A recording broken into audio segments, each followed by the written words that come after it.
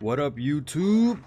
It's me, the one and only Randomoni, and I'm back at it like a crack addict with a flaktastic build. Yeah, that works. Don't at me. Today we're going to be talking about a crit flak vault monster killer build. This build excels against boss fights and doing major damage. You can use it for mobbing pretty good as everything gets one-shotted for the most part, but this is built to kill vault monsters and get loot. Quick disclaimer, this is not an original build. I know I'm not the first and certainly not the last, but this is just my take on this build. I have almost 3 days played with Flak, so I might know a thing or two. Also, all boss fights will be done on True Vault Hunter Mayhem 3. So yeah, let's get into it. First, we have the skill trees. I'll leave a timestamp if you aren't interested in hearing or knowing about the skills and why I chose them. But this is crit flak. Man, I cannot talk today. This is crit flak, and yeah, here are the skills. We're going to be focused in the hunter and stalker skill trees. First, we have interplanetary stalker. This is a hunter kill skill that gives 30% damage at max stacks, 3 stacks. You may be asking, hey Oni, why do you have kill skills on a boss killer character? Stay tuned and you'll see why. A piece of gear we have allows us to do this. Next, we have leave no trace. When Flak scores a critical hit, chance for 1 ammo to be added into the magazine, 36% chance. Not bad. We're going to be critting a lot. This is a good way to sustain DPS on targets so you don't have to reload. Hunter's Eye. Flak gains bonuses when fighting different types of enemies. Critical hit damage, armor damage, damage reduction based on the number of enemies. Pretty good. No reason not to pick it up. Head count. This is going to help us get our action skill Fade Away much more often, especially in boss fights. You hit a lot of crits, there's a lot of chance for this to proc and knock time off. Next, we got Two Fang. Another RNG modifier. An extra projectile will be shot out. This excels with single projectile weapons. It does in fact just shoot 1 extra projectile, meaning if you have a gun with a 3 pellet spread, it is going to only shoot 4. Mashers, shotguns, particular sniper rifles, like particular everythings, do not benefit from this as much as a single bullet weapon. Okay, next we got Big Game. Flak's hunter skills become much more effective and have a longer duration. They last twice as long, 30% more effective. Good stuff. Let's do it. The most dangerous game. Another hunter kill skill that you may be saying, wait, but you're not going to kill any badass or stronger enemies until the end of the boss fight. Don't worry, I got you covered. Stay tuned. This is 42% extra gun damage, 16% critical hit damage. Good stuff. We want it. Take it. Next, we have Galactic Shadow. Flak deals increased critical hit damage. What more can I say? This is a crit build. Megavore. Flak gains a chance to score a critical hit with weapons against any part of the enemy, meaning as long as you're hitting them, you have a 20% chance to crit. Particularly useful against Nogs, aka Gigabrain, if you choose to if you choose to farm him. Oh god, I should redo this, but I'm not going to. Okay, next we have the Stalker Tree. We're gonna go into Fade Away, right? Big time crits, health regen, movement speed, all good stuff. Take it. Get Gorillas in the Mist. This is going to allow you to shoot indefinitely while in Fade Away, putting out a lot of damage at the loss of critical hit damage. But that's okay, because we got Unblinking Eye. Successive hits on the same target increase Flak's critical hit damage, critical damage per hit. Unblinking Eye resets every 3 hits. So you have 75% the first, 150 the next, and what, 225 on the third shot, which is really close to the standard 250. Or actually, oh wow, I thought they used to be 250. Okay, so it's even better. So pick it up, take it. It's good stuff. Next, we got Furious Attack. Stacking damage. As long as you're doing damage, you will get up to 20% extra gun damage. Take it. Overclocked. We want fire rate. If you're optimizing and you're trying to go for speed runs, you know, shoot a bullet or 2 out of the magazine first and then reload right before your damage instance or before you get into a fight of a boss. That way you get max fire rate. 20% after reloading, 10% standard. Turn tail and run. Damage reduction, health regen, gun damage, and fire rate, depending on what you're doing. Stand still when shooting bosses. Next, we got Hidden Machine. This synergizes really well with Fade Away, so it's essentially an extra 24% damage. You want it. Take it. Next, we have the Fast and the Furious. While above half health, more gun damage, more movement speed. We want the gun damage. As for exceptions to this build, the only exception I would really make is taking some points out of Hunter's Eye and putting them in Ambush Predator. Ambush Predator nets you some more critical hit damage. Second Intention, you could use this, but in my opinion, the only reason why you would use this is if you already had points in Ambush Predator and you'd have no use for Hunter's Eye or Big Game or the Most Dangerous Game. Sorry, I thought it was called Big Game.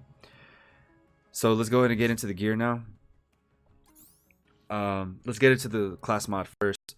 The class mod, the special perk to this class mod is Flak has a 3% chance to activate any purchase hunt kill skill when dealing damage.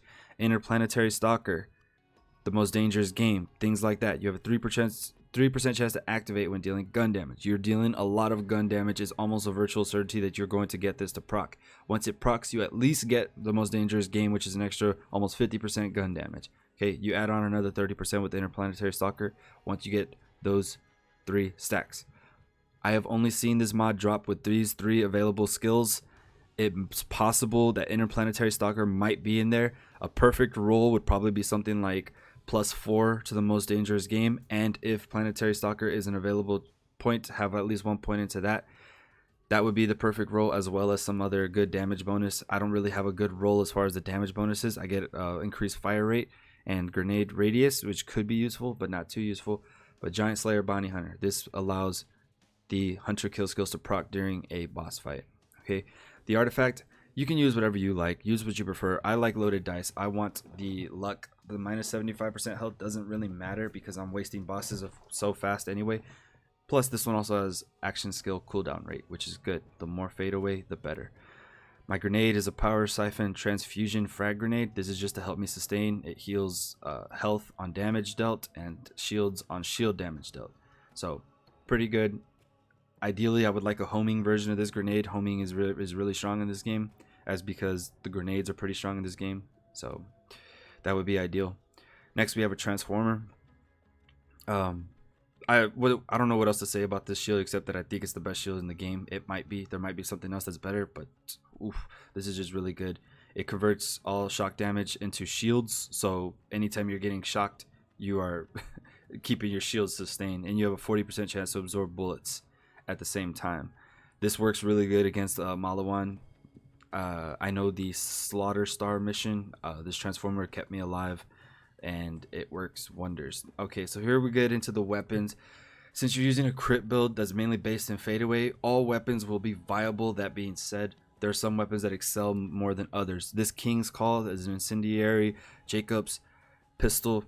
This gun is absolutely nuts in fadeaway. For some reason, when it crits, the 3 ricochet bullets go back into the target that was damaged, and I think it essentially triples the damage that was done. I don't know how it works, but it does oh my god, the damage is disgusting. This is a great weapon.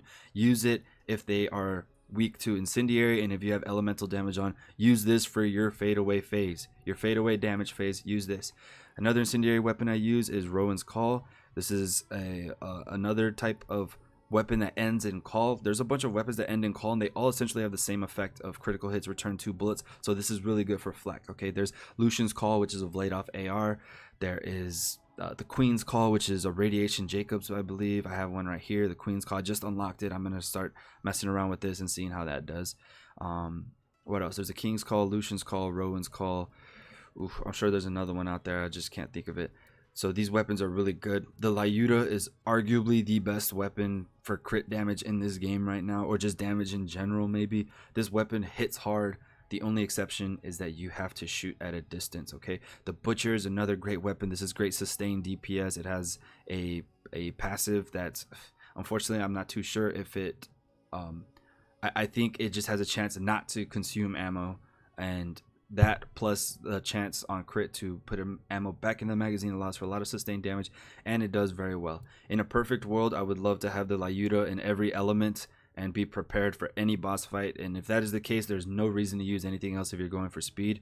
But if you don't, I recommend the King's Call for damage phases, and to get to damage phases, use a weapon that the boss is weak to. I want to give out some honorable mentions. Okay, the Cutsman, this weapon is incredible. The only problem with this weapon is the projectile moves moves super slow. It moves at a molasses pace. But if the projectiles land, damage is being dealt. Another honorable mention is the Star Helix.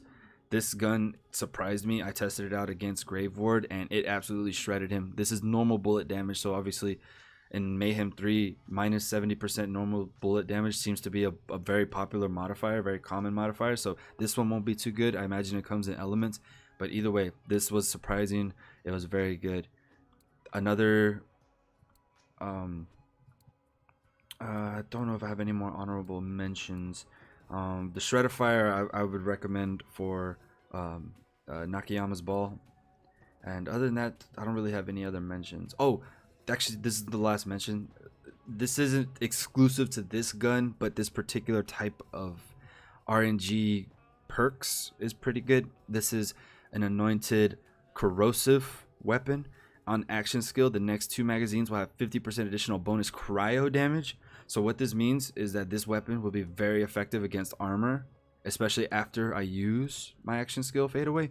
I can switch to this weapon, and if there's armor around, I'm going to absolutely melt it. I'm not only am I doing corrosive damage, I'm also going to be doing bonus cryo damage. So you can apply this same concept to other weapons for flak. So if you have one that say has fire and then bonus radiation damage, that's going to shoot through flesh after your fade away. So you can use your fade away with, let's say, the King's Call to get great damage in, and afterwards switch to this weapon, this next weapon that is going to be doing bonus dual element damage, and it could be more beneficial. Ideally, in a perfect world, we'd want this on a Lyuda with a matching element. So like I said, corrosive and cryo, right? Any combination, a Lyuda that does cryo damage and then corrosive bonus, and then also radiation and fire. That would be a perfect world. That's what I will be aiming for. So that's another honorable mention, but this has more to do with the anointed skill and the RNG roll of the elemental damage on a weapon. Alright guys, that's going to do it for the build. I am going to play 2 videos of me killing 2 bosses, the Tyrene the Destroyer and Grave Ward. I feel these are the 2 bosses to farm. Grave Ward more specifically, he's just a very easy boss and he has very good loot drops. So this is my crit flak build, critical failure. I don't know, I can't think of a good name right now. But yeah guys, let me know what you think about this build. Let me know in the comments if there are other weapons that I just have not tried. I have not tried out this Brainstormer. I want to give this a chance, see how well it does. I'll probably use it against Nakayama's Ball. Let me know if there's anything out there that I missed, you know, something that a particular weapon that if you other flag players have used and were just like, oh my goodness, that's nuts. Put it down in the comments below. Let me know. I want to see what other weapons I need to try out, or what other weapons I should not sell once I get. And yeah guys, I hope you enjoyed it. I hope you have a good day. Enjoy the rest of the video.